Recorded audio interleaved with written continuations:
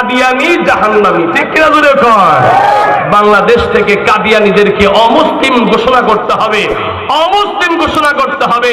ওরা আহমদিয়া মুসলিম জামাতের একটা লেবেল লাগায়া ভিতরে শয়তানি বদমাইশি ঢুকায়া দিয়া কোরআনকে বিক্ষিপ্ত করতে চাই, আমার নবীর আখলাককে ধ্বংস করতে চায়, আমার নবীর রিসালাতকে নষ্ট করতে চায়। কিয়ামত পর্যন্ত নবীর জাগরণ উম্মতেরা থাকতে কাদিয়ানীরা সফল হবে না, সফল হবে না ইনশাআল্লাহ, ঠিক কিনা জোরে কয়? আমার নবীর রিসালাত কিয়ামত পর্যন্ত থাকবে ইনশাআল্লাহ। তা আমার নবী কয়,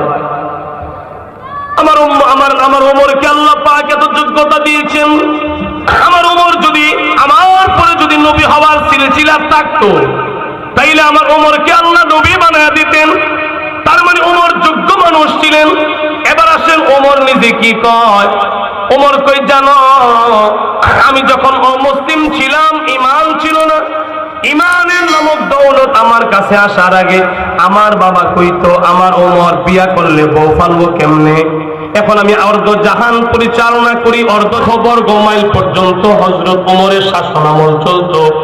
হযরত ওমর বলেন, এই যে 13 লক্ষ বর্গ মাইল আমি শাসন করি, এটা আমার যোগ্যতা না, আমার যোগ্যতা আল্লাহ পাক ঈমানের দৌলতে দিয়েছেন, ঈমানের দৌলত, ঈমানের কারণে আমাকে আল্লাহ পাক এত যোগ্যতা বানাইছেন।